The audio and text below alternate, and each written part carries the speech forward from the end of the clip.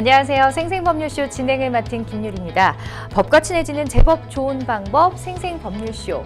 오늘도 크고 작은 법률 문제로 어려움을 겪고 있는 여러분들을 위한 법률 상담은 물론이고요. 세상을 들썩이게 하는 이슈들을 법적으로 풀어보는 시사법률 토크까지 준비되어 있습니다. 법률과 관련해서 궁금한 내용 있으신 분들은 상담 전화 02-557-8295번으로 전화 주시거나 저희 법률방송 홈페이지에 접속 후에 법률 상담에 문의 남겨주셔도 되고요. 또 하단에 나가고 있는 이메일로도 저희가 접수를 받도록 하겠습니다. 각 분야의 전문 변호사가 무료로 성심성의껏 상담해 드리니까요. 여러분의 많은 참여 바랍니다. 또 지금 이 방송은 유튜브 통해서도 실시간으로 방송이 되고 있어요. 많은 시청 부탁드리고요. 유튜브 통한 소통창도 열어주겠습니다. 네, 그럼 오늘 함께해 주실 변호사님 소개해 드릴게요. 상림법률사무소의 황용 변호사 자리하셨습니다. 안녕하세요. 안녕하세요. 안녕하십니까. 상림법률사무소의 황용 변호사입니다. 법률과 관련해서 궁금한 점이 있으신 분들께 성심성의껏 상담해 드리도록 하겠습니다. 네, 자 얼굴에서도 그 성심성의한 얼굴이 인상이 다 드러나시지 않나요, 여러분? 네, 오늘도 유익한 상담 함께 이어가 보도록 하겠습니다. 네, 그러면 생생법률쇼 오늘 접수된 상담 미리 살펴보도록 할게요. 요양원에서 돌아가신 아버지. 내가 보험 사기를 했다고? 당신의 실버타운 보증금 안전한가요? 매매한 집에 하자가 너무 많아요. 네, 오늘은 일상생활에서 좀 흔히 일어날 법한 일들도 있고 좀 가슴 아픈 이야기들도 있는 것 같아요. 잠시 후에 변호사님과 함께 해결책 찾아볼 테니까 이와 관련해서 궁금한 점 있으신 분들은 끝까지 함께 해주시면 좋을 것 같습니다. 네, 여러분은 생생법률쇼를 시청하고 계십니다. 쉽사리 해결되지 않는 법률 문제를 끌어안고 있다면 지금 생생법률쇼와 함께 하시죠. 법률 고민이 해결되는 가장 쉬운 방법을 소개해 드릴게요. 첫째, 02-557-8295로 전화를 한다.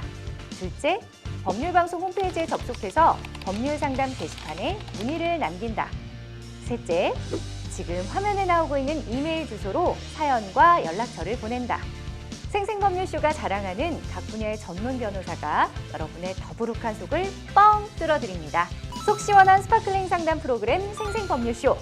지금 바로 전화 주세요. 네, 생생법률쇼 첫 순서 시작하겠습니다. 매주 금요일은 영화나 드라마, 그리고 소설, 동화 등 명작 속에서 법률 이야기를 만나보는 신법한 해석이 준비되어 있습니다. 변호사님, 매주 이 시간이 전 기대가 되는데 오늘은 또 어떤 작품인가요? 네, 몇 해 전 방영된 드라마로 이제 높은 시청률을 기록했던 드라마 부부의 세계를 준비했습니다. 부부의 세계? 네. 저 진짜 너무 재밌게 봤어요. 보셨나요? 예, 저도 상당히 재밌게 봤습니다. 예. 드라마 부부의 세계는 사랑이라고 믿었던 부부의 연이 배신으로서 부부의 연이 끊어짐으로써 이제 소용돌이로 치닫는 드라마였습니다. 네.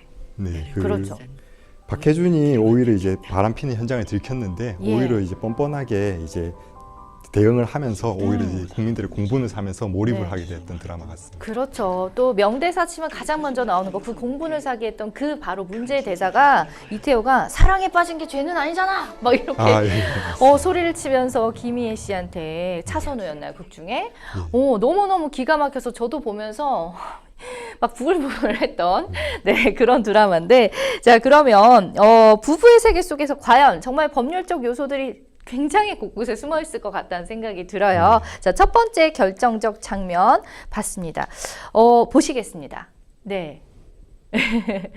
자, 남편의 외도를 지금 눈 감아주고 있는 지인들이라고 하면서 지선우가 남편이 숨겨놨던 휴대폰을 통해서 남편의 불륜 사실을 이제 알게 되는 거예요. 더욱 충격적이었던 거는 이제 함께 어울리던 다른 부부들, 또 그녀의 친구들까지 이미 남편의 불륜 사실을 다 알면서도 눈 감아주고 지선우에게만 비밀로 했다는 건데, 저도 같이 충격을 받았거든요. 너무 배신감이 클 것 같습니다. 자, 그 불륜을 묵인한 지인들에게 위자료 청구 같은 거를 같이 할 수 있을까요? 너무 괘씸하니까.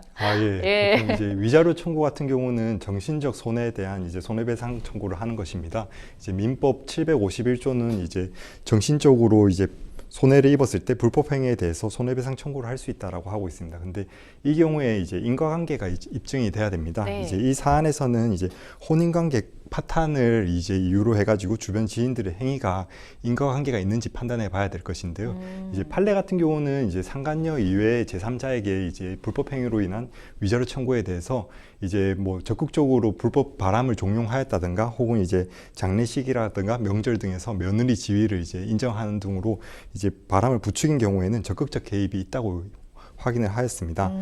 사안에서는 지인들이 이제 같이 한번 여행을 간 거에 불과할 뿐, 네. 이제 뭐 바람을 이제 종용했다든가 혹은 이제 단순한 무기를 넘어서서 적극적으로 개입이 있었다고는 좀 보기 힘든 사안 같습니다. 네. 그래가지고 이제 인과관계가 좀 입증이 되지 않아서 상간녀 이외의 지인들에게는 위자료 청구는 좀 불가능할 것 같습니다. 그렇죠. 사실 정말 화가 나는 포인트긴 하지만 지인 입장에서도 이런 사실을 좀 알리는 것도 되게 고민이 많을 것 같긴 하다는 네. 생각이 드네요.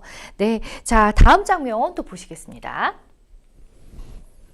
남편의 외도로 지선우, 이태호 부부는 이혼을 하게 되는데요. 그들에게는 중학생 아들이 하나가 있죠. 이럴 경우에 이제 누가 자녀를 키울 것인지 이혼을 하면 정해야 되잖아요. 네. 이때는 무조건 법원이 판단을 하는 건지 아니면 뭐 자녀에게 뭐 맡길 건지 뭐 어떻게 해야 되는 건가요?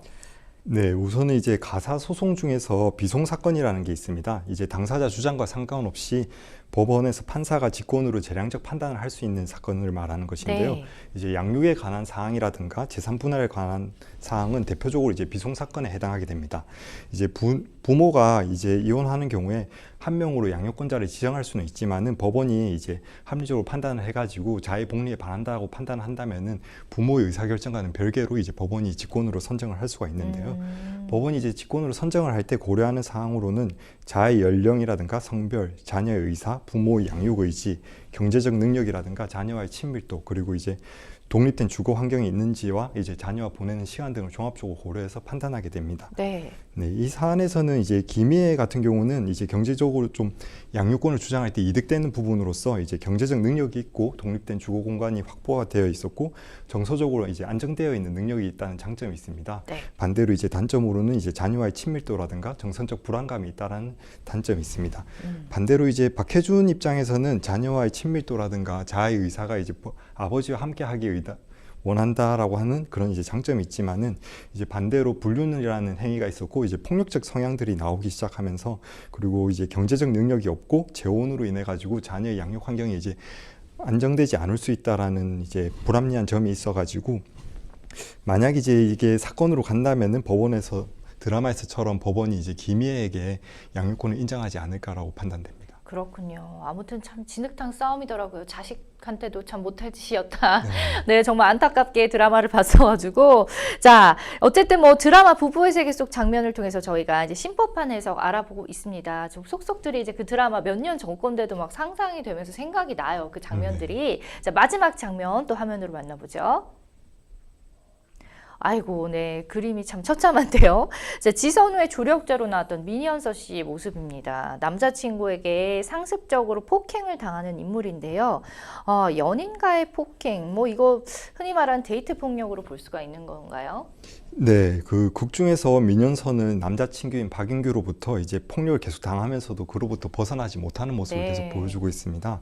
이제 데이트 폭력이란 서로 교제하고 있거나 교제가 끝난 상황에서도 이제 일방이 폭력을 행사하는 것을 말합니다. 근데 이제 물리적 폭력뿐만 아니라 정신적 폭력도 포함되게 됩니다. 여기서 이제 폭행이라든 것은 폭행이라든가 상해, 협박, 명예훼손, 그리고 이제 성폭력이라든가 강압적 행동 통제 등을 말하는 것인데 이제 경찰청 자료에 따르면은 2016년도부터 2019년 상반기까지 이제 약 3만 건의 데이트 폭력으로 검거됐다고 이제 발표가 되었습니다. 이는 이제 매일 26명씩 검거된 수치에 해당한다고 볼 수 있습니다. 야, 3년 동안 3만 3천, 그러니까 하루에 3년 동안 하루에 26명씩 검거됐다라는. 네, 맞습니다. 굉장히 심각한데요. 네. 네, 또 점점 또 증가하는 추세라고 해서 또 걱정입니다. 네. 어쨌든 뭐 매년 데이트 폭력 건수가 증가함에 따라서 이는 남녀의 개인적인 문제가 아닌 이제 사회적 문제로까지 대두가 됐는데요. 데이트 폭력 가해자에 대해서 엄한 벌을 내려야 한다, 이런 목소리가 계속해서 나오고 있습니다. 자, 이 데이트 폭력 처벌 별도의 처벌법이 있나요? 아니면 아직까지 없는 건가요? 지금 네, 어때요? 원래 이제 데이트 폭력 관련해 가지고 처벌 특별법을 좀 제정해야 된다는 목소리는 예. 예전부터 있었었는데 아직까지 이제 특별법이라든가 관련 법규가 특별히 제정되지는 않은 사안입니다. 그래가지고 이제 실무에서는 이제 폭행죄로 처벌할 수밖에 없는데 만약에 이제 폭행 행위로 인해 가지고 상해를 입거나 네. 혹은 이제 사망에 이르게 한 경우에는 이제 단순 폭행죄보다 훨씬 더 가중 처벌될 수 있는 사안입니다. 그렇군요. 이제 사회적 문제로 대두된 만큼 좀 빠른 그런 또 구체적인 안들이 좀 나왔으면 좋겠네요. 일단은 지금은 데이트 폭력에 관한 법은 없고 그 폭력죄로 이제 네, 다스리는 맞습니다. 그런 네. 상황인 거군요. 알겠습니다. 자, 이렇게 지금까지 명작 속의 법률 이야기 신법판에서 오늘은 부부의 세계 드라마로 만나봤습니다. 자, 지금부터는 이제 생생법률쇼가 자랑하는 성심성의 무료 상담 이어가 보도록 할게요. 전화 연결이 돼 있다고 해서 바로 받아보겠습니다. 여보세요? 네, 안녕하세요. 네, 안녕하세요. 잘 들리시죠? 네네네. 예, 네, 어떤 궁금증이 있어서 전화 주셨나요? 네네. 저번에도 말씀드린, 우리 방송국에서 전화 왔을 때도 말씀드린 건데, 예, 네, 코로나가 이제 좀 많이 유행돼 있을 때, 아버님이 요양원에 계셨었는데, 요양병원이 아니고 요양원이에요. 예, 요양원인데, 거기서 이제 코로나 걸린 상태에서 한 10일 만에 돌아가셨습니다. 예. 네, 그래서 지금 그 요양원하고 제 책임을 저는 요양원을 묻고 있고, 그런 지금 소송 중에 있는 상태입니다. 일단 지금 요양원에서 감염이 돼서 이제 열흘 채 안 되는 기간에 돌아가신 그런 상황이네요. 그러면은 네, 지금, 네, 저의 옆에 지금 황영 변호사님 나와 계시거든요. 구체적으로 그동안 어떤 일이 있었는지, 그리고 지금 어떤 해결 방법 원하시는지 상담 바로 이어가 보도록 하겠습니다. 네, 안녕하세요. 네, 안녕하세요, 변호사님. 네. 네. 혹시 이제 감염 경로라든가 혹시 사건 진행 상황에 대해서 좀 알 수 있을까요? 아버지가 어떤 경위로 좀 돌아가시게 되셨는지 좀 구체적으로. 네. 그 병원에서, 네. 네, 요양원에서 네. 거기 입소자를 병원에 예를 진료를 갔다 온 다음에 전파가 돼가지고 집단 감염이 돼서 병원 직원분이 감염하셔가지고 이게 이제 주변 환자들도 같이 감염이 된 사안인가요? 그렇습니다. 거기 입소했던 분들이 거의 다 감염이 됐는데, 네. 예, 그런 상태에서 또 병원으로 이송된 지도 네. 3, 4일 만에 이송이 됐거든요. 바로 이송된 게 아니고. 네. 네, 그래서 이제 돌아가신 거는 전담 병원에서 돌아오는 가셨는데, 네. 어쨌든 코로나가 감염이 된 상태에서, 집단 감염이 된 상태에서, 네. 저는 돌아갔다고 거기 요양원에서 관리부실이라든가, 네. 걸리게 된 예방 조치도 문제가 된 거라고 보고, 네. 또 거기 전파가 된 다음에 그 관리를 어떻게 한 거에 대해서 네. 제가 이제 책임을 물으려고 하고 있습니다. 그런데 지금 요양원에서 책임 없다. 네. 그런 식으로 나오고 있는 거거든요. 그래서 네. 지금 소송 중에 있습니다. 걸리고 이제 3, 4일 뒤에 이제 전원하셨다고 말씀을 하시는데 처음부터 좀 상황이 되게 심각하게 발현이 되셨을까요? 이제 중태에 빠지시게 된 게 처음부터 좀 약간 좀 급격하게 진행이 되셔가지고 당장 이제 의사의 조치가 좀 필요한 사안인데 요양원 쪽에서 악의적으로 유기를 했다든가 아니면 그런 사안들이 따로 있었던 건지 혹은 이제 그냥 코로나 걸린 사실만 좀 있었던 건지 그 부분을 좀 확인하고 싶어가지고요.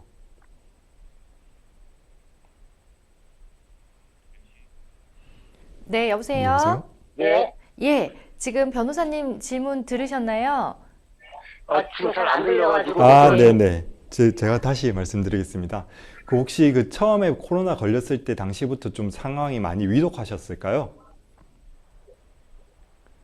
그러니까 초반부터 코로나 네. 걸리자마자부터 바로 예. 위독해지셨는지. 그렇습니다. 체온이 38도 이렇게 돼 있는 처음부터. 상태에서 네. 거기 한 3, 4일 정도를 요양원에 계셨습니다.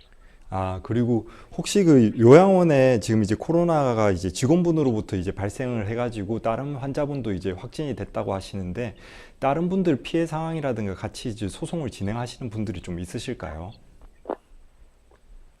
그 사망하신 분은 혼자시 그거는 혼자 모르겠고 지금 네. 철저하게 요양원에서 네.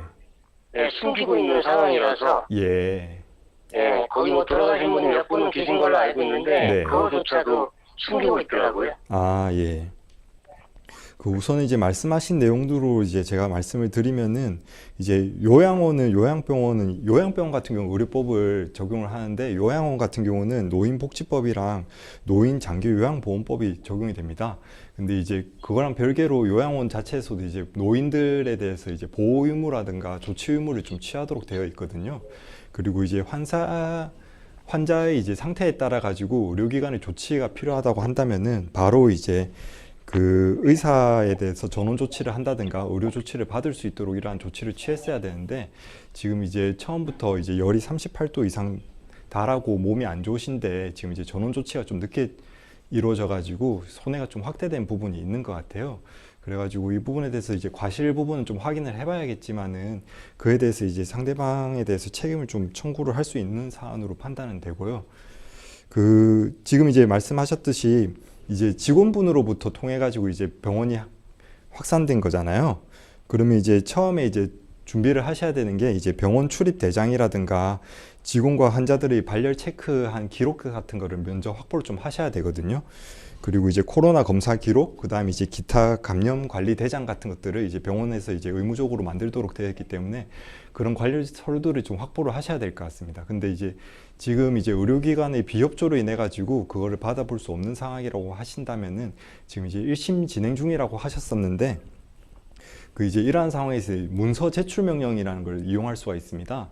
그래가지고 이제 저희가 이제 그 환자 관리 상황이라든가 이런 것들을 파악하기 위해서 이제 문서 제출 명령을 통해 가지고 그 요양원에서 이제 진행이 어떻게 됐는지 이런 것들을 확보하셔가지고 소송을 진행하셔야 될 것 같습니다. 그 이제 보통 의료기관이라든가 요양원이라든가 일반 환자들 사이에 이제 다툼이 발생하는 경우에는 이제 정보 비대칭성으로 인해 가지고 이제 그 소송 자료들을 확보하기가 쉽지 않은 경우들이 많거든요.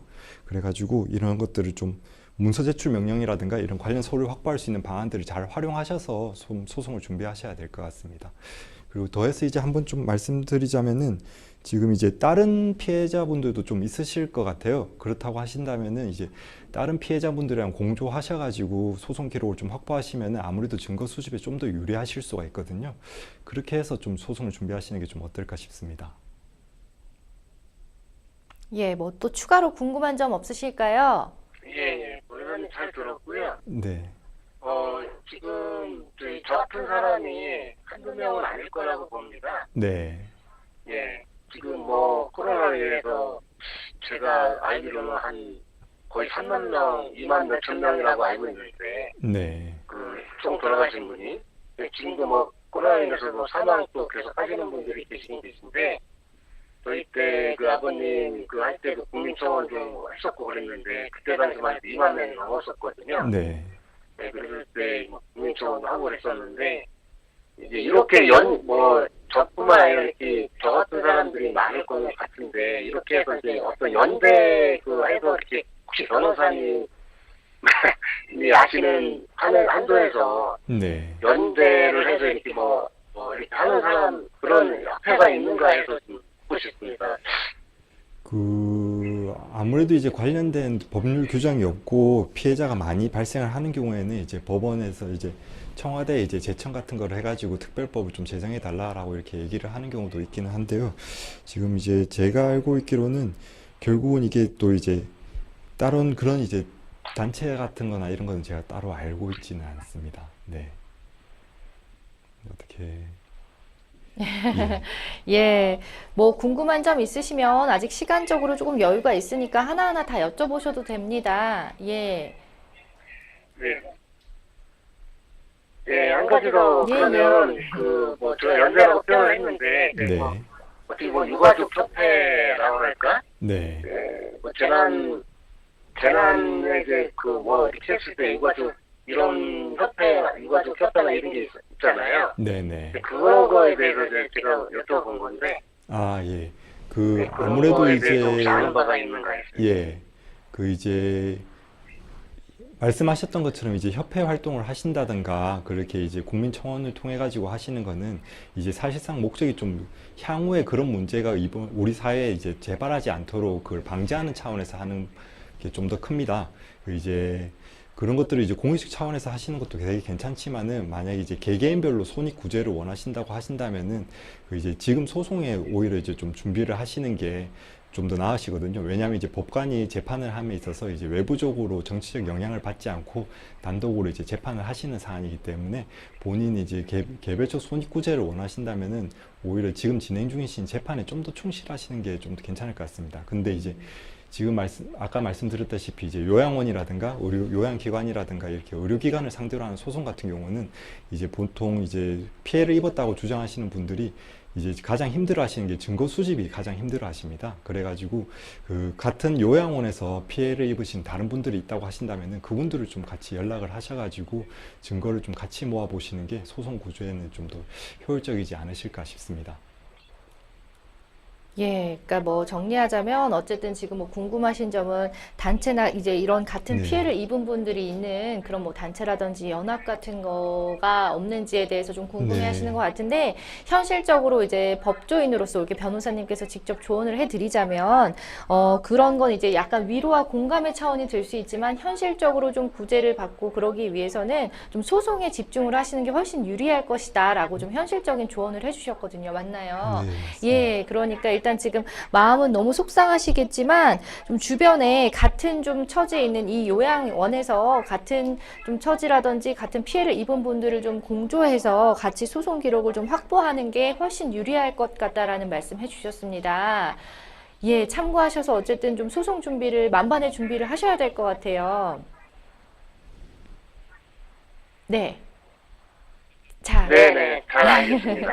예, 알겠습니다. 어쨌든 너무 가슴 아픈 일인데요. 좀 잘 해결되셔가지고 좀 마음이 조금이나마 좀 네, 네. 풀리셨으면 하는 바람입니다. 상담 여기서 마무리하겠습니다. 예, 참, 이게 코로나19 때 감염이 돼가지고 특히나 이제 병원이라든지 이런 네. 기관에서 사망을 하는 사건이 상당히 좀 많았던 걸로 저도 알고 예, 있는데요. 맞습니다. 이런 분들, 뭐 지금 우리 상담자님께서도 말씀하셨지만 이런 분들의 피해를 좀 구제받을 아니면은 뭔가 이렇게 조금이라도 좀 위로를 해드릴 만한 그런 방법은 없는 건가요? 예, 예, 되게 많잖아요, 피해자가. 네, 특히 예. 이제 뭐 코로나 초기 그리고 이제 중기 한창 심할 때 이제 네. 요양병원이라든가 혹은 이제 요양원에 이제 집단적으로 감염되는 사례들이 맞아요. 많이 발생했습니다. 네. 그리고 이제 그 오히려 또 몸이 약하신 분들이라서 이제 그 감염에 취약하신 상황에서 이제 그 방역 대책이 제대로 수립되지 않은 상황에서 그렇죠. 그렇게 확산이 돼가지고 사망자분도 많이 일어나셨던 안 좋은 부분이 있는 것 같은데요. 네. 이게 이제 개별적으로 개개인이 소송에 맡기면 아무래도 손익 그 이제 피해 구제가 쉽지 않기 때문에 약간 좀 전체 정부 차원에서라든가 이제 국가 차원에서 이러한 거에 대해서 대책이라든가 네. 마련책이 좀 마련되지 않아야 될까 하는 생각이 좀 있습니다. 그러니까요. 이제 이런 뭐 재난이라고 해야 되나요? 코로나19가 처음 겪었던 일이라서 네. 전 세계적으로 아직까지 여기에 관한 그런 뭐 법적인 장치라든지 이제 보호받을 수 있는 것들이 거의 뭐 확립이 완전히 되지 못한 상황인 것 같습니다. 네, 맞습니다. 그렇기 때문에 이제 변호사님께서 늘 강조하시는 게 혼자 하는 것보다는 좀 같이 네. 여러분께서 같이 좀 이렇게 하시는 게 훨씬 더 유리하다라고 말씀해 주셨고 저희가 참 이런 말씀밖에 드릴 수 없는 이 상황이 참 안타깝네요. 네. 그죠? 예, 너무 아무튼 속상하실 것 같은데. 그러니까 말입니다. 자, 어쨌든 뭐 이와 관련해서 저희가 뭐 속 시원한 답변을 못 드렸지만 고인의 명복을 빌면서 네. 상담은 여기서 마무리를 하도록 하겠습니다. 여러분은 지금 생생법률쇼를 시청하고 계십니다. 쉽사리 해결되지 않는 법률 문제를 끌어안고 있다면 지금 생생법률쇼와 함께 하시죠. 법률 고민이 해결되는 가장 쉬운 방법을 소개해 드릴게요. 첫째, 02-557-8295로 전화를 한다. 둘째, 법률방송 홈페이지에 접속해서 법률상담 게시판에 문의를 남긴다. 셋째, 지금 화면에 나오고 있는 이메일 주소로 사연과 연락처를 보낸다. 생생법률쇼가 자랑하는 각 분야의 전문 변호사가 여러분의 더부룩한 속을 뻥 뚫어드립니다. 속 시원한 스파클링 상담 프로그램 생생법률쇼. 지금 바로 전화 주세요. 네, 이번에는 법률방송 이메일을 통해서 들어온 여러분의 고민 해결해 드리겠습니다. 얼마 전 경찰에게 전화가 와서 1년 전에 수술을 받은 걸로 요양급여 부정수급에 해당되니 조사를 받으러 오라는 겁니다. 참고인 신분이 아닌 피의자 신분으로 조사를 받으러 오라는데요. 1년 전에 작은 수술을 받은 게 어렴풋이 기억이 나서 그게 문제냐고 따져 물으니 입원 시간 오기입이 있었고 이로 인해 보험을 청구한 것이 문제됐다고 합니다. 1년 전에 입원을 몇 시간 했는지 기억도 안 나고 병원에서 서류 끊어준 걸로 보험금 청구하면 된다고 해서 보험금을 받은 것뿐인데요. 심지어 보험금을 전부 받은 것도 아니고 3분의 2 정도만 받았는데 이것이 부정수급이라니 너무 황당합니다. 이런 경우도 보험 사기에 해당하나요? 저는 이제 어떻게 되는 걸까요? 라는 사연을 보내주셨습니다. 아무래도 이제 보험 사기 사건이 많다 보니까 많이 지금 좀 강화되기는 했어요. 그죠? 네, 맞습니다. 이렇게. 자, 어쨌든 부정수급으로 보험 사기로 몰려서 조금 억울한 입장이신 것 같은데 비슷한 상황으로 이렇게 변호사님을 찾는 분들이 종종 있나요? 예, 그 최근 들어 좀 많아지고 있습니다. 그래요. 그 예. 이제 최근 국민건강보험공단의 발표 자료에 따르면은 이제 요양급여 부정수급한 경우에 이제 의료기관에 대해서 적발 실적을 발표를 했었습니다. 근데 그 적발 실적 발표에 따르면은 2018년도부터 23년도 6월까지 약 172억 원 정도를 환수를 했다고 밝히고 있습니다. 예. 그럼 이제 그만큼 이제 많이 수사를 그러네요. 받았다는 얘기인데요. 네. 이제 보통 이제 주체들이 의료기관들이긴 한데 그 환자 또한 이제 함께 경찰에 수사받는 경우들이 종종 발생하고 있습니다. 그래가지고 환자들도 이제 그 피의자로서 같이 수사를 받고 있습니다. 예, 그럼 같이 좀 이렇게 묶여가지고 억울한 네. 입장에 있는 분들도 꽤 많다는 겁니다. 그죠? 네, 맞습니다. 자, 실제로 보험 사기 유형 정말 다양하다고 들었는데 어떤 것들이 있을까요? 네, 우선은 이제 요양급여 부정수급 관련해 가지고는 이제 보통 의료기관이 그 주체가 됩니다. 이제 의료기관에서 의료법이라든가 보건복지부령에서 정한 인력 배치를 제대로 이행하지 않아 가지고 예. 이제 요양급여를 청구하는 경우가 발생을 하고요.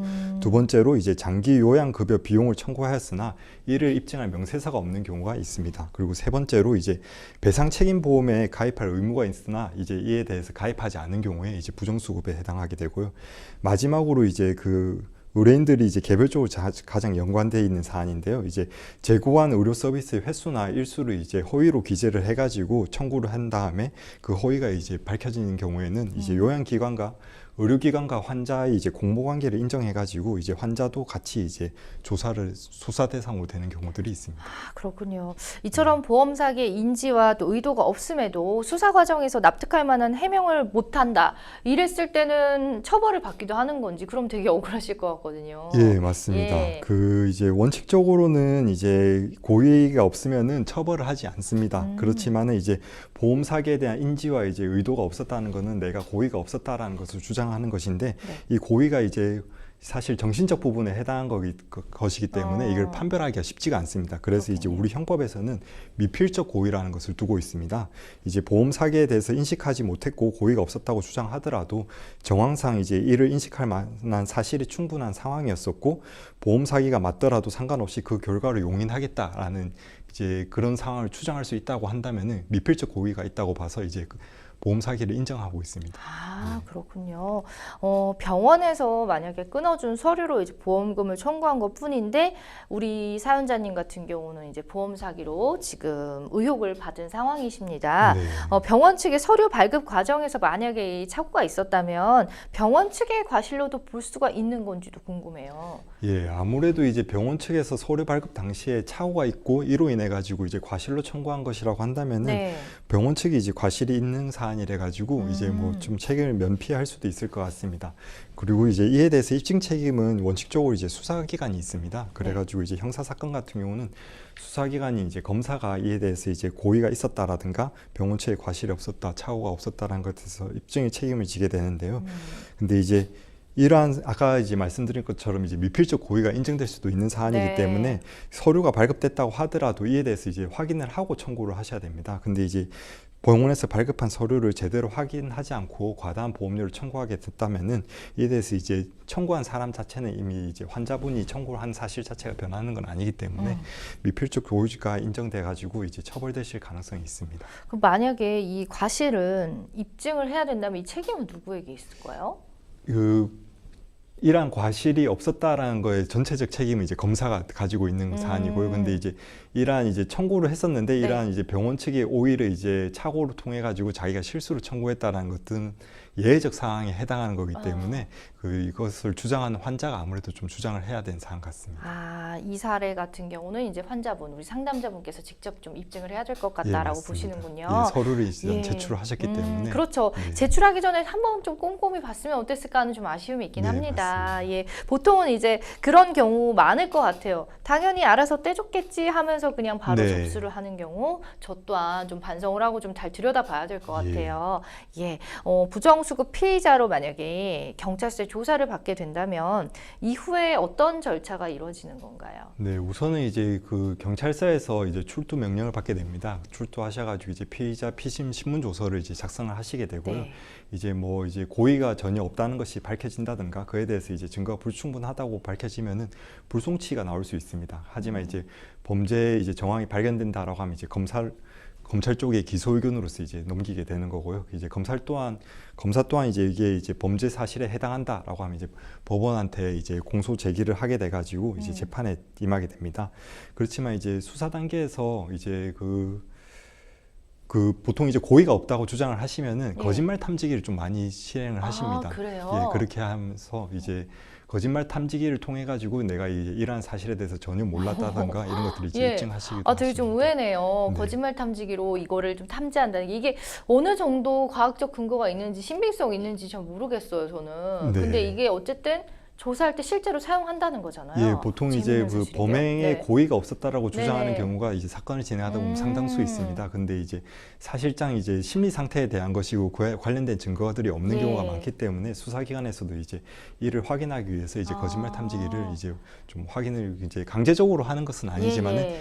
이제 피의자가 동의하는 경우에는 수사를 진행하는 경우들이 종종 그렇죠. 있습니다. 나 정말 억울하다, 명백하다 네. 하는데 뭐 입증할 만한 게 없으면 그렇게라도 이제 입증을 할 수 있도록 하는 거네요. 어떻게 네, 보면 맞습니다. 강제성은 없지만. 네. 알겠습니다. 이처럼 이제 잘못된 보험 청구로 인해서 만약에 보험 사기 의혹을 받게 된다면 어떻게 대처하는 게 좋을까요? 이런 분들이 이제 계속 좀 많아지고 있다고 하는데. 네. 예. 그 우선은 이제 그 경찰서에 연락을 받으시면은 이제 별로 이제 별다른 준비 조치 없이 바로 이제 경찰 출두하셔가지고 조사받는 경우도 있습니다. 왜냐하면 이제 떳떳하다고 생각하시기 때문에 예. 이제 뭐 별다른 이제 얼른 인식 좀 없이 처리하고 싶으니까. 네, 그렇게 예. 하시는 경우들도 있는데 어. 사실 이제 어떤 죄명으로 자기가 고소되어 가지고 경찰서에 출석하시는 건지는 좀 확인을 하시고 가시는 것이 필요하기 때문에 이제 뭐 정보 공개 청구라든가 그런 것들을 이용하셔 가지고 네. 이제 고소장을 한번 확인하시고 아. 이제 그 조사를 받으러 가시는 것이 좋을 것 같습니다. 네, 그리고 이제 만약에 이러한 의혹들을 받게 되신다고 하신다면은 이제 뭐 전혀 모르고 하셨다고 한다면은 그에 대해서 이제 몰랐던 정황이라든가 정황 증거들을 이제 최대한 증거 서류들을 확보하셔가지고 수사에 이제 양심껏 이제 잘 응하시면은 이제 그런 이제 억울함들을 잘 풀어드릴 것 같습니다. 그러니까 이건 굉장히 또 좋은 팁인 것 같아요. 일단은 내가 난 뭐 결백한데 왜 이런 일에 휘말렸지 하면서 그냥 아무 준비 없이 나 빨리 갈래요 해가지고 네. 가면은 이제 대응하는 데서 좀 시간과 문제가 생길 수가 있기 때문에 네. 좀 사전에 어떤 일로 이렇게 이런 연락을 받았는지에 대해서 좀 잘 조사를 하시고 좀 만반의 준비를 하고 가면 좀 여러 가지 시간적이라든지 그런 뭐 부담들을 확실히 줄이실 수 있을 것 같다는 생각이 드네요. 예, 어쨌든 뭐 보험 사기가 만약에 적발이 됐다. 요즘에는 실형까지 가는 경우도 굉장히 많다더라고요. 예, 점점 이제 보험 사기에 대해서 엄벌주의를 좀 취하고 있습니다. 왜냐하면 이제 보험 사기의 피해자는 보험사뿐만 아니라 이제 보험 가입한 여러 보험자들이 맞아요. 예, 다 전부 다 이제 보험료 인상한다는 그런 그렇죠. 피해를 입는 것이기 때문에 네. 그에 대해서 이제 실형까지도 좀 많이 나오는 사안이고요. 이제 보통 보험 사기가 적발됐으면은 형법의 사기죄에 의해 가지고 10년 이하의 징역이라든가 2천만 원 이하 벌금에 취하도록 되어 있습니다. 10년 이하의 징역 굉장히 네. 큰데요. 예. 그리고 이제 보험 사기 특별법이 또 설립이 되어 가지고 네. 보험 사기죄에 해당하게 되면은 이제 10년 이하 징역이라든가 혹은 이제 5천만 원 이하의 벌금에 해당하도록 되어 있기 때문에 이제 좀 충분하게 좀 준비를 하셔가지고 네. 대응을 하셔야 될 것 같습니다. 그러니까요. 이게 뭐 정말 억울하게 휘말리는 분들도 있을 수 있지만 그만큼 그걸 또 악용하는 분들이 워낙에 많기 때문에 여러분들에게 또 피해를 주는 거기 때문에 좀 강력한 또 실형까지도 가는 경우가 많은 것 같아요. 앞서서 뭐 잘 준비를 해서 가셔야 된다라고 말씀을 해주셨는데 이 외에도 우리 피의자 조사를 앞두고 있는 상담자분께 좀 조언 한 말씀 해주실 게 있을까요? 네, 아무래도 이제 참고인 조사로 시작한 것이 아니라 바로 피의자로 소환됐다고 하면은 이제 그 수사기관 측에서 이제 확실한 좀 증거들을 준비를 해가지고 부르는 경우들이 있습니다. 그래가지고 좀 이제 만약에 이제 모르고 신청을 하셨다고 한다면은 그에 대해서 증거를 좀 충분히 수집하셔가지고 진행을 하시는 것이 좋을 것 같습니다. 예. 그리고 이제 아무래도 이제 보험 사기 같은 경우는 사기죄로 처벌이 되는데 일반 사기죄의 경우에는 이제 무죄 확률이 2%가 안 나옵니다. 이제 대부분 이제 증거가 충분히 준비가 되어 있는 상황에서 수사가 진행되는 경우들이 많기 때문에 이에 대해서 이제 오히려 정말로 무고한 점을 입증하시고자 한다면은 초반에 이제 경찰 단계라든가 검사 이제 수사 단계에서부터 충실하게 잘 대응하시는 것이 필요하실 것 같습니다. 알겠습니다. 자, 이렇게 또 상담 마무리해 드리고요. 또 계속해서 또 법률방송 이메일을 통해서 들어온 상담 고민 해결해 보겠습니다. 상당한 자산가였던 아버지는 어머니를 일찍 떠나보내고 새 어머니와 인생 후반기를 보내셨습니다.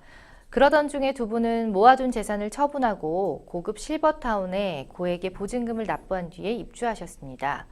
실버타운은 편안한 임종까지 책임진다고 했지만 막상 아버지가 콧줄을 삽입할 만큼 상태가 위중해지자 외부 병원으로 아버지를 모시고 가라고 연락해 왔습니다. 저는 여유가 전혀 없는 상황이었기 때문에 병원에 모시기 위해서 실버타운 측에 납부한 보증금을 돌려달라고 요청했는데요. 그러나 실버타운 측은 아버지가 돌아가셔야만 공동상속인 모두의 동의를 받고 보증금을 돌려줄 수 있다며 거부했습니다. 그래서 아버지 은행 계좌에 있던 돈을 병원비로 사용하려고 했지만 이번에는 통장을 관리하던 새어머니가 거부했습니다. 결국 저는 성년 후견 신청을 했고 1년 만에 결정을 받아 아버지 계좌에 돈을 사용할 수 있게 됐지만 이미 통장의 돈은 대부분 빠져나간 후였습니다. 그렇게 아버지는 병원을 전전하다 돌아가셨는데요. 실버타운 측에 보증금을 돌려달라고 요청했지만 이번에는 이미 새어머니 명의로 변경돼 돌려줄 수 없다고 합니다. 실버타운의 보증금과 아버지 계좌에 있던 돈을 돌려받을 수 있을까요? 라는 굉장히 길면서 참 안타까운 사연입니다. 네, 참 요즘 실버타운 입주 고민하는 분들이 정말 많다고 들었는데 그만큼 실버타운 또 보증금과 관련돼서 이런 분쟁 사례도 많은가 봐요. 네, 맞습니다. 이제 고령화로 인해 가지고 실버타운 아무래도 수요가 증가하게 되면서 네네. 이런 실버타운 이제 보증금 문제들이라든가 이런 것들이 이제 계속 문제가 발생하는 것 같습니다. 그 실버타운 보증금의 경우에는 약 이제 뭐 2억 원에서 10억 원까지도 하는 고액이 많아가지고 특히나 이제 이러한 금액의 인출에 관련해 가지고 문제가 계속 발생하는 것 같습니다. 그러니까요. 어쨌든 뭐 실버타운 측은 아버지가 돌아가시면 공동상속인 모두의 동의하에 보증금을 돌려줄 수 있다 이런 이유로 보증금 반환을 지금 거절한 상황이었는데 이때 공동상속인에 해당하는 사람이 과연 누군가요? 그 이제 말씀하신 사안에 따르면 이제 새어머니가 이제 혼인 신고가 되어 있어가지고 상속인으로 들어가 있는 사안 같습니다. 그래갖고 이제 이러한 사안에서는 이제 아버지의 새어머니 그리고 이제 그 직계 비속인 의뢰인이 이제 그 상속인에 해당하실 것 같습니다. 아, 그렇군요. 그러면은 그 자녀가 편찮은 부모를 대신해서 뭐 실버타운의 보증금을 반환받는다거나 아니면 병원비를 내기 위해서 부모 계좌에 있는 돈을 인출하는 행위, 이 행위, 그럼 뭐 자녀라도 불가능한 건지 어떤 건가요? 너무 궁금해요. 네, 그 원칙적으로는 이제 그 본인이 이제 예금 계열회를 인출할 수 있는 것이기 때문에 이제 그 실버타운에 계신다고 하더라도 본인이 그렇죠. 직접 이제 반환 청구를 하시지 않는 이상 네. 이제 상속이 개시되어야만 자녀가 이제 인출 청구가 가능하실 것 같습니다. 이제 사안에서는 아직 상속이 개시된 상황이 아니면은 본인의 인출행위만 인정하기 때문에 그 사실 이제 그 실버타운의 보증금 같은 경우는 자녀들이 이제 서로 상속인이라고 주장한다든가 아버지 의사를 대신 자기가 받았다고 주장하면서 이제 맞아. 먼저 편취하려고 하시는 분들이 계시기 때문에 예. 오히려 이제 실버타운에서 이제 보증금을 함부로 반환하게 되면 그에 대해서 이제 책임을 질 수가 있기 때문에 네. 상속이 개시됐을 때 전체 자녀들이 이제 의사가 확인되었을 때 이렇게 반환한 것으로 알고 있습니다. 그게 법적으로는 맞겠죠. 아무래도 네, 맞습니다. 저도 이제 사연자분의 사연이 너무 안타까워가지고 보면서 아유 어떡하나 했지만 법적으로는 또 그렇게 보장이 돼야 피해받는 분들이 없을 것 같긴 합니다. 만약에 부모가 위중한 상태라면 위임장으로는 그럼 가능할까요? 예, 원칙적으로 네. 이제 위임장이 있다고 하시면은 위임장에 의해 가지고 이제 반환 청구가 가능합니다. 근데 이제 아버지가 이제 위중한 상태에 계신다든가 혹은 이제 의사 능력이 이제 불분명한 상태라고 하신다면은 이러한 경우에 문제되는 게 위임장을 제대로 받기가 힘듭니다. 그렇죠. 그리고 또한 이제 위임장을 받았다고 하더라도 그 위임장 작성 경위 자체에 대해서 이제 반발을 품는 이제 상속인들이 있기 때문에 그에 대해서 이제 위임장이 제대로 상속되었다는 그런 이제 증거 자료들이 추가로 또 필요하실 수가 있습니다. 쉽지는 않네요. 네. 그러면 이제 뭐 결국 우리 사연자분께서는 성년 후견 신청을 해서 1년 만에 결정을 받으셨는데 성년 후견인이 된다 이런 말 되게 많이 들어보잖아요. 저희가 네. 법적으로는 이게 어떤 자격을 갖게 되는 건가요? 네, 우선 이제 성년 후견인 같은 경우는 재산 관리라든가 신상 보호에 대한 이제 권한을 위임받게 됩니다. 재산 관리 행위에 해당하는 것은 이제 예금이라든가 연금이라든가 거주용 부동산 등에 대해서 보존, 관리, 처분 행위 등을 이제 할 수 있는 권한을 위임받는 것입니다.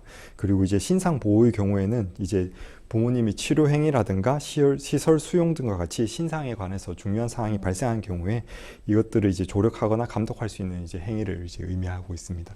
그래서 성년 후견인 제도를 이용하시게 되면 이제 부모님의 의사 표현이 이제 명확하게 하지 못하실 때 자녀들이 이제 이걸 도와드릴 수가 있습니다. 아, 그렇군요. 이렇게 사연을 보면은 산 넘어 산이에요. 정말 우여곡절이 너무 많은데 어쨌든 성년 후견 결정을 받기 전에 새어머니가 이 명의자인 아버지의 동의 없이 통장에 있던 돈을 인출했다라는 내용이 나와 있거든요. 네, 맞습니다. 이거는 어떻게 돌려받을 수가 있어요? 예, 아무래도 이제 예금 본인 명의의 의사 동의가 없이 예금이 인출되었다면은 이거는 이제 부당이득 반환 청구를 해가지고 어머니에게 돌려받으실 수 있는 사안입니다. 아, 예. 지금 이제 왜냐하면 사안으로 봤을 때는 아버지 지금 동의가 전혀 없는 사안이기 때문에 이에 대해서 이제 아버지가 이제 부당이득 반환 청구를 하실 수가 있는 사안이고요. 그다음에 이제 지금 이제 의뢰인분이 성년 후견인 인정을 받으셨기 때문에 아버지의 재산을 보존, 관리, 처분할 수 있는 행위를 능력이 있으십니다. 그래가지고 아버지를 대신해가지고 새어머니께 부당이득 반환 청구를 하실 수 있으실 것 같습니다. 예, 그러면 이제 부당이득 청구 반환으로 이제 돈을 돌려받을 수 있다라는 방법을 또 얘기를 해주셨고, 실버타운에 입주할 당시에 보증금의 명의자는 분명히 아버지였잖아요. 네. 근데 이 아버지의 보증금이 새 어머니의 명의로 지금 바뀌는 과정에서 문제가 만약에 있었다. 없었을 수도 있지만 있었다라고 가정을 하면 이 부분에 대해서는 어떤 조치를 취할 수가 있는지요? 네, 우선은 이제 원래는 실버타운의 말이 이제 바뀐 사안이기 때문에 네. 어떤 경위로 이제 새어머니께 보증금이 넘어갔는지를 좀 확인해 보셔야 될 것 같습니다.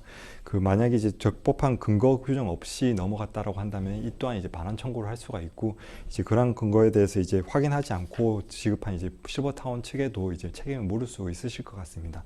그렇지만 이제 이 경우에 좀 확인해 보셔야 되는 게, 보통 이제 실버타운 계약 조항 중에 보면은 이제 부부가 함께 입소하게 되고 이제 일방 배우자가 퇴소하는 경우에는 이제 나머지 일방 배우자에게 이제 보증금이 이제 귀속된다라는 조항이 있을 수가 있습니다.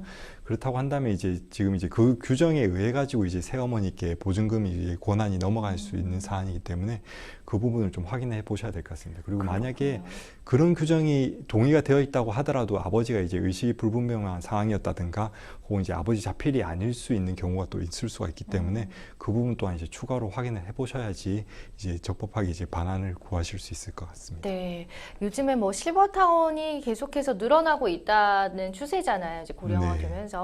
그런데 그러면은 이 실버타운에 관한 이제 법적인 제도적 장치 같은 것들은 아직 많이 있지는 않은 상황이죠, 사실. 네, 아직까지 이제 뭐 받는 제도 같은 경우는 이제 명확하게 구분되어 있지 않는데 점차 이제 고령화 사회로 접어듦에 따라서 이제 노령화 되신 부모님들의 재산을 이제 신탁할 수 있는 제도들이 좀 발전이 되고 있습니다. 네네. 그래갖고 이제 신탁 재산을 좀 활용하셔가지고 이제 자신의 이제 병원비라든가 혹은 이제 그런 상속 문제를 이제 좀 해결할 수 있는 그런 이제 장치들이 좀 나오고 있는 것 같습니다. 그렇군요. 참 여담이지만 고령화도 그렇고 저출산도 그렇고 참 걱정스러운 부분이 많습니다. 네. 네, 자 이번에는 또 법률방송 이메일을 통해서 들어온 여러분의 고민 또 해결해 보겠습니다. 처음으로 내 집을 마련했습니다. 오래된 아파트지만 몇 년 전 리모델링을 한 집이어서 비교적 깨끗한 편이었는데요. 그래서 몇 군데만 수리하기로 했습니다. 근데 전 주인이 이사 가고 난 후 집에 가보니 짐이 빠지고 난 집안은 그야말로 엉망진창이었어요. 가구에 가려져 있던 벽은 곰팡이가 잔뜩 있었고요. 베란다 확장 공사가 엉망으로 돼 있는지 거실 바닥에는 물자국이 많았습니다. 전 주인에게 따지니 모르쇠로 일관하는데요. 이대로 제가 전부 다 공사하고 비용을 지불해야 하는 건가요? 라는 사연 주셨습니다. 아, 이런 사연이 참 많죠. 새로 계약한 집에 이제 하자가 있어서 전에 살던 집주인이나 혹은 임대인 등과 갈등이 생기는 경우 진짜 많죠. 네, 예. 맞습니다. 그 아무래도 이제 주거 공간은 이제 사람이 좀 편하게 쉬는 공간인데 네. 그 이제 주거 공간에 하자가 있으면은 이제 생활상 얻게 되는 스트레스가 이제 다른 스트레스보다 훨씬 더 크게 와닿는 것 같습니다. 특히 이제 뭐 층간 소음이라든가 누수 문제로 인해 가지고 이제 감정 싸움으로 번져 가지고 네. 이제 봉합할 수 없는 지경에 이르는 경우도 좀 많은 것 같습니다. 어쨌든 뭐 계약을 해가지고 전주에는 이제 끝난 상황인 거잖아, 어떻게 보면은. 네, 맞습니다. 네, 이임을 한 상황인데 이런 경우에 곰팡이가 왜 피었는지 아니면 같은 아파트 다른 집은 이런 문제가 없는지 등 이런 것들을 좀 따져 놓는 게 좋나요? 어떤가요? 예, 아무래도 이제 그 소송을 진행하시거나 이제 구제를 받으시려고 보면은 이제 결과적으로 확인을 하셔야 되는 부분 같습니다. 이제 보통 사연 주신 의뢰인들도 보면 이제 베란다 확장 공사를 언급을 하셨는데 누수 사건 같은 경우는 이제 베란다 확장 공사가 이제 기초가 되는 경우들이 많이 있습니다. 예. 근데 이제 보통 누수 문제 자체가 이제 본인의 집에서 발생한 문제인 건지 혹은 이제 뭐 위층에서 발생한 문제인 건지 혹은 이제 아파트 공용 부분에서 발생한 누수인 건지에 따라서 이제 청구 책임을 지는 주체가 달라질 수 있는 사안이기 때문에 예. 그 이제 책임 주체를 이제 확인해 보기 위해서 같은 아파트의 다른 건물들도 이제 누수가 발생하는지를 이제 확인해 보셔야 될 것 같습니다. 그렇군요. 네. 우리 그 상담자님께서 제일 궁금해하신 내용이 바로 이 질문이 아닐까 싶은데 이사 후에 이제 이미 끝난 상태예요, 계약이. 네. 집안에 하자가 만약에 발생을 했다. 이럴 경우에는 전 주인에게 네. 뭐 보수를 요구할 수가 있는 건지 궁금합니다. 예, 저희가 이제 뭐 물건을 구매하고 나서 물건에서 쉽게 알 수 없는 하자가 발생하는 경우에는 그에 대해서 이제 담보 책임을 물을 수 있도록 네. 이제 법에서 규정하고 있습니다. 오. 그리고 이제 부동산 경우에도 똑같이 이제 소유권이 이제 이전되고 매매 등기가 됐다고 하더라도 이제 부동산에 관해서 하자가 발생했다고 한다면은 담보 책임을 질 수가 있습니다. 그렇군요. 예, 그래갖고 이제 그 만약에 하자의 정도가 매매 목적을 달성할 수 없는 정도에 이르렀다고 한다면은 계약 해제도 할 수가 있지만은 이제 계약 목적 자체는 이룰 수 있다. 예를 들어서 이제 주거 환경 같은 경우는 이제 주거 생활로서는 쓸 수 있다라고 한다면은 그에 대해서 이제 담보 책임을 청구하실 수가 있습니다. 다만 이제 그 하자 사실을 안 날로부터 6개월 이내에 청구를 하셔야 됩니다. 그렇군요. 어쨌든 지금 뭐 6개월까지는 안 된 것 같은데 사연을 보니까 네. 담보 책임을 물을 수가 있다라는 또 반가운 소식이었습니다. 일단은 보통은 이제 끝났으니까 뭐 화는 나지만 뭐 내 책임인가 이렇게 착각할 수도 있어요, 충분히. 그런데 담보 책임을 물을 수도 있어요. 이사를 하고 난 후더라도. 네, 맞습니다. 그렇군요. 이건 참 좋은 제도인 것 같아요. 자, 만약에 전 집주인이 내가 살 땐 불편함이 없었다 이렇게 또 우기면은 또 이건 어떻게 되는 건가요? 네, 우선은 결국 그렇게 되면 이제 소송으로 가시는 수밖에 없습니다. 결국은 서로 예. 인정하지 예, 않으면. 근데 예. 이제 나는 이제 집 구매하는 매매 계약을 체결하였고 상대방은 이제 원상태 적법한 건물을 넘길 목적이 있었었는데 그에 대해서 이제 원상태 제대로 된 건물을 이제 넘겨준 것이 아니기 때문에 채무 불이행에 의한 손해배상이라든가 담보 책임을 이용하셔가지고 손해를 청구하셔야 될 것 같습니다. 그렇게 맞아요. 상대방이 뭐 합의를 안 하겠다고 하면 그죠? 네. 합의를 하는 게 어쨌든 뭐 소송까지 가느니 제일 좋은 방법이긴 합니다. 그죠? 예, 맞습니다. 그렇지만 혹시나 만약에 그렇게 되지 않을 경우 우리 상담자님께서 어떤 조치를 취해야 할까요? 네, 우선은 이제 내용 증명 같은 걸 통해 가지고 집에 이제 누수가 발생하셨다는 것을 좀 확인을 하시고 그 다음에 이제 그 누수 원인 같은 경우도 이제 좀 확인을 하셔가지고 윗집이라든가 그 이전 전주인이라든가 혹은 이제 공용 부분에 발생한 하자라고 한다면 아파트 대표 회의에 대해서 이제 장기 수성 충당 고무를 이제 수리할 사안이라든가 이런 것들을 확인을 하셔야 될 것 같습니다. 그리고 이제 이전 주인이 이제 만약에 이제 집 자체에서 발생한 하자인데 이전 주인이 그에 대해서 이제 배상 책임을 이행하지 않으신다고 하신다면은 누수 공사를 하셔가지고 결국 그에 대한 이제 손해배상을 이제 청구를 하셔야 될 것 같은데요. 이제 이렇게 손해를 청구하신 경우에 이제 그 보통 이제 공사장에서 끊어주는 간이 영수증만으로는 이제 입증이 안 되는 경우들이 있고 예. 전자세금 계산서라든가 혹은 이제 공인된 견적서에 의해 가지고 이제 확실한 좀 혹은 이제 법원에서 이제 인정할 수 있는 이제 손해액을 평가받으셔가지고 청구를 하셔서 이제 받으셔야 될 것 같습니다. 그리고 이제 그런 청구를 하시기 위해서는 이제 보통 누수 사실에 대해서 이제 증거 사진이라든가 그 다음에 이제 뭐 동영상이라든가 그 다음에 이제 그런 것들을 공사하기 전부터 해가지고 공사하기 전과 공사하기 후 목적을 이제 다 증거를 채집해 놓으셔야 됩니다. 보통 예. 이제 공사가 급하셔가지고 공사 전 사실들을 없어 그러면 안 되죠. 준비를 안 맞아. 해두시면은 그 이제 손해 발생 사실을 인정하기 힘드실 하실 수가 있습니다. 네, 중요한 팁 주셨습니다. 어쨌든 뭐 입증할 만한 그런 증거를 많이 확보해 두시는 게 가장 또 유리할 것 같고요. 네. 또 이 모든 게 사실을 안 날로부터 6개월 이내에 이루어져야 된다는 거죠? 네, 맞습니다. 예, 이것 또한 반드시 기억해 주시면 되겠습니다. 네, 생생법률쇼 많은 분들의 상담 전화가 걸려오고 있는데요. 참여 방법 다시 한번 안내해 드릴게요. 전화 0257-8295번 그리고 홈페이지는 저희 법률방송 홈페이지 법률상담으로 또 주셔도 되고 아니면 하단에 나가는 이메일로도 저희 사연 받고 있으니까 혼자 끙끙 앓지 마시고 법적인 좀 도움 요청하실 분들은 언제든지 저희와 함께 해주시면 좋겠습니다. 자, 오늘은 황용 변호사님과 함께 했습니다. 오늘 감사합니다. 감사합니다. 네, 오늘 준비한 순서는 여기까지예요, 여러분. 시청해 주셔서 고맙습니다.